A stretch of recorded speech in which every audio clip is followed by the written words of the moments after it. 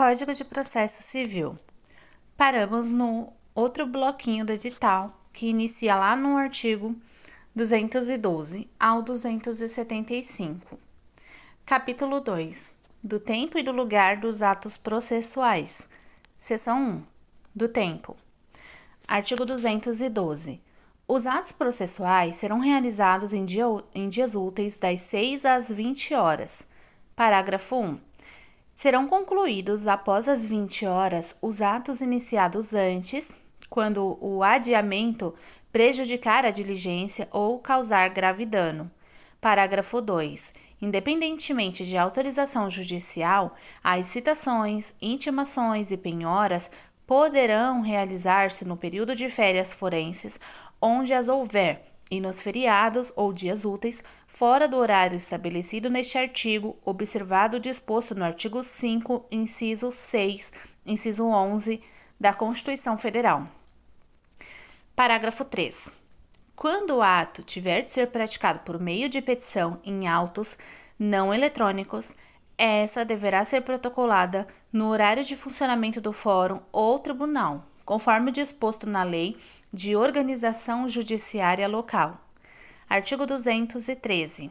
A prática eletrônica de ato processual pode ocorrer em qualquer horário, até às 24 horas do último dia do prazo. Parágrafo único. O horário vigente no juízo perante o qual o ato deve ser praticado será considerado para fins de atendimento do prazo. Artigo 214. Durante as férias forenses e nos feriados, não se praticarão atos processuais, excetuando-se: inciso 1. Os atos previstos no artigo 212, parágrafo 2. Inciso 2. A tutela de urgência. Artigo 215. Processam-se, durante as férias forenses, onde as houver, e não se suspendem pela superveniência delas, inciso 1. Os procedimentos de jurisdição voluntária e os necessários à conservação de direitos, quando puderem ser praticados pelo adiamento. Inciso 2. A ação de alimentos e os processos de nomeação ou remoção de tutor e curador. Inciso 3. Os processos que a lei determinar. Artigo 216. Além dos declarados em lei, são feriados para efeito forense os sábados, os domingos e os dias em que não haja expediente forense. Seção 2. Do lugar. Artigo 217. Os atos processuais realizar-se-ão ordinariamente na sede do juízo ou, excepcionalmente, em outro lugar, em razão de deferência de interesse da justiça, da natureza do ato ou do obstáculo arguido pelo interessado e acolhido pelo juiz. Capítulo 3. Dos prazos. Seção 1. Disposições gerais. Artigo 218. Os atos processuais serão realizados nos prazos prescritos em lei. Parágrafo 1. Quando a lei for omissa, o juiz determinará os prazos em consideração à complexidade do ato. Parágrafo 2. Quando a lei ou juiz não determinar prazo, as intimações somente obrigarão a comparecimento após decorridas 48 horas. Parágrafo 3.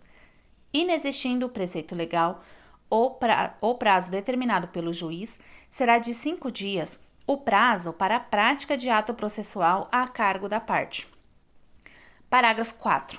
Será considerado tempestivo o ato praticado antes do tempo inicial do prazo. Artigo 219. Na contagem de prazo em dias estabelecidos por lei ou pelo juiz, computar-se-ão somente os dias úteis. Parágrafo único. O disposto neste artigo aplica-se somente aos prazos processuais. Artigo 220. Suspende-se o curso do prazo processual nos dias compreendidos entre 20 de dezembro e 20 de janeiro, inclusive. Parágrafo 1.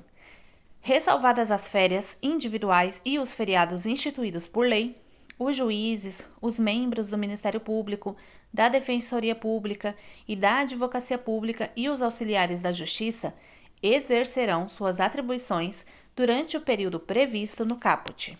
Parágrafo 2. Durante a suspensão do prazo, não se realizarão audiências nem sessões de julgamento. Artigo 221. Suspende-se o curso do prazo por obstáculo criado em detrimento da parte ou ocorrendo qualquer das hipóteses do artigo 313, devendo o prazo ser restituído por tempo igual ao que faltava para sua complementação. Parágrafo único. Suspende-se os prazos durante a execução de programa instituído pelo Poder Judiciário para promover a autocomposição, incumbindo aos tribunais especificar com antecedência a duração dos trabalhos. Artigo 222. Na comarca, seção ou subseção judiciária, onde for difícil o transporte, o juiz poderá prorrogar os prazos por até 2 meses. Parágrafo 1. Ao juiz é vedado reduzir prazos peremptórios sem anuência das partes. Parágrafo 2. Havendo calamidade pública, o limite previsto no caput para a prorrogação de prazos poderá ser excedido. Artigo 223. Decorrido o prazo, extingue-se o direito de praticar ou de emendar o ato processual, independentemente de declaração judicial, ficando assegurado, porém, à parte provar que não o realizou por justa causa. Parágrafo 1. Considera-se justa causa o evento alheio à vontade da parte e que o impediu de praticar o ato por si ou por mandatário. Parágrafo 2. Verificada a justa causa, o juiz permitirá à parte a prática do ato no prazo que lhe assinar. Artigo 224. Salvo disposição em contrário, os prazos serão contados excluído o dia do começo e incluindo o dia do vencimento. Parágrafo 1. Os dias do começo e do vencimento do prazo serão protraídos para o primeiro dia útil seguinte, se coincidirem com o dia em que o expediente forense for encerrado antes ou iniciado depois da hora normal, ou houver indisponibilidade da comunicação eletrônica. Parágrafo 2. Considera-se como data de publicação o primeiro dia útil seguinte ao da disponibilização da informação no Diário da Justiça eletrônico. Parágrafo 3. A contagem do prazo terá início no primeiro dia útil que seguir ao da publicação. Artigo 225. A parte poderá renunciar ao prazo estabelecido exclusivamente em seu favor, desde que o faça de maneira expressa. Artigo 226. O juiz proferirá, inciso 1, os despachos no prazo de 5 dias. Inciso 2, as decisões interlocutórias no prazo de 10 dias. Inciso 3, as sentenças no prazo de 30 dias. Artigo 227. Em qualquer grau de jurisdição, havendo motivo justificado, pode o juiz exceder, por igual tempo, os prazos a que está submetido. Artigo 228. Incumbirá ao serventuário remeter os autos conclusos no prazo de 1 dia e executar os atos processuais no prazo de 5 dias, contados da data em que, inciso 1, houver concluído o ato processual anterior, se lhe for imposto pela lei. Inciso 2, ter ciência da ordem quando determinada pelo juiz. Parágrafo 1. Ao receber os autos, o serventuário certificará o dia e a hora em que teve ciência da ordem referida no inciso 2. Parágrafo 2. Nos processos em autos eletrônicos, a juntada de petições ou de manifestações em geral ocorrerá de forma automática, independentemente de ato de serventuário da Justiça. Artigo 229. Os litisconsortes que tiverem diferentes procuradores de escritórios de advocacia distintos terão prazos contados em dobro para todas as suas manifestações, em qualquer juízo ou tribunal, independentemente de requerimento. Parágrafo 1. Cessa a contagem do prazo em dobro se, havendo apenas 2 réus, é oferecida defesa por apenas um deles. Parágrafo 2. Não se aplica o disposto no caput aos processos em autos eletrônicos. Artigo 230. O prazo para a parte, o procurador, a advocacia pública, a defensoria pública e o Ministério Público será contado da citação, da intimação ou da notificação. Artigo 231. Salvo disposição em contrário diverso, salvo disposição em sentido diverso, considera-se dia do começo do prazo. Inciso 1. A data adjuntada aos autos do aviso de recebimento quando a citação ou a intimação for pelo correio. Inciso 2. A data adjuntada aos autos do mandado cumprido quando a citação ou a intimação for por oficial de justiça. Inciso 3. A data de ocorrência da citação ou da intimação quando ela se der por ato do escrivão ou do chefe de secretaria. Inciso 4. O dia útil seguinte ao fim da dilação assinada pelo juiz quando a citação ou a intimação for por edital. Inciso 5.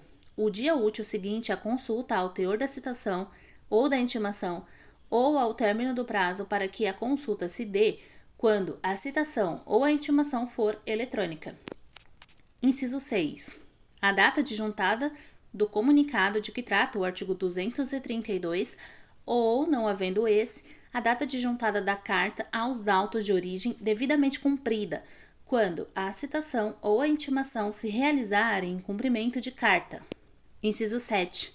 A data da publicação, quando a intimação se der pelo Diário da Justiça impresso ou eletrônico. Inciso 8. O dia da carga, quando a intimação se der por meio da retirada dos autos em carga do cartório ou da secretaria. Inciso 9. O quinto dia útil seguinte à confirmação na forma prevista na mensagem de citação do recebimento da citação realizada por meio eletrônico. Parágrafo 1. Quando houver mais de um réu, o dia do começo do prazo para contestar corresponderá à última das datas a que se referem os incisos 1 a 6 do caput. Parágrafo 2. Havendo mais de um intimado, o prazo para cada um é contado individualmente. Parágrafo 3. Quando o ato tiver de ser praticado diretamente pela parte ou por quem de qualquer forma participe do processo, sem a intermediação de representante judicial, o dia do começo do prazo para cumprimento da determinação judicial corresponderá à data em que se der a comunicação. Parágrafo 4. Aplica-se o disposto no inciso 2 do caput à citação com hora certa. Artigo 232. Nos atos de comunicação por carta precatória, rogatória ou de ordem, a realização da citação ou da intimação será imediatamente informada por meio eletrônico pelo juiz deprecado ao juiz deprecante. Seção 2. Da verificação dos prazos e das penalidades. Artigo 233. Incumbe ao juiz verificar se o serventuário excedeu, sem motivo legítimo, os prazos estabelecidos em lei. Parágrafo 1. Constatada a falta, o juiz ordenará a instauração de processo administrativo na forma da lei. Parágrafo 2. Qualquer das partes, o Ministério Público ou a Defensoria Pública, poderá representar ao juiz contra o serventuário que injustificadamente exceder os prazos previstos em lei. Artigo 234. Os advogados públicos ou privados, o defensor público e o membro do Ministério Público devem restituir os autos no prazo do ato a ser praticado. Parágrafo 1.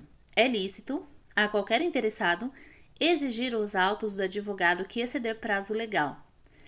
Parágrafo 2. Se intimado, o advogado não devolver os autos no prazo de 3 dias, perderá o direito à vista fora de cartório e incorrerá em multa correspondente à metade do salário mínimo. Parágrafo 3. Verificada a falta, o juiz comunicará o fato à seção local da Ordem dos Advogados do Brasil para procedimento disciplinar e imposição de multa. Parágrafo 4. Se a situação envolver membro do Ministério Público, da Defensoria Pública ou da Advocacia Pública, a multa, se for o caso, será aplicada ao agente público responsável pelo ato. Parágrafo 5. Verificada a falta, o juiz comunicará o fato ao órgão competente responsável pela instauração de procedimento disciplinar contra o membro que atuou no feito. Artigo 235. Qualquer parte, o Ministério Público ou a Defensoria Pública poderá representar ao corregedor do tribunal ou ao Conselho Nacional de Justiça contra juiz ou relator que injustificadamente exceder os prazos previstos em lei, regulamento ou regimento interno. Parágrafo 1. Distribuída a representação ao órgão competente e ouvido previamente o juiz, não sendo caso de arquivamento liminar, será instaurado o procedimento para apuração da responsabilidade, com intimação do representado por meio eletrônico para, querendo apresentar justificativa no prazo de 15 dias. Parágrafo 2. Sem prejuízo das sanções administrativas cabíveis, em até 48 horas após a apresentação ou não da justificativa de que trata o parágrafo 1, se for o caso, o corregedor do tribunal ou o relator no Conselho Nacional de Justiça determinará a intimação do representado por meio eletrônico para que em 10 dias pratique o ato. Parágrafo 3. Mantida a inércia, os autos serão remetidos ao substituto legal do juiz ou do relator, contra o qual se apresentou, para decisão em 10 dias.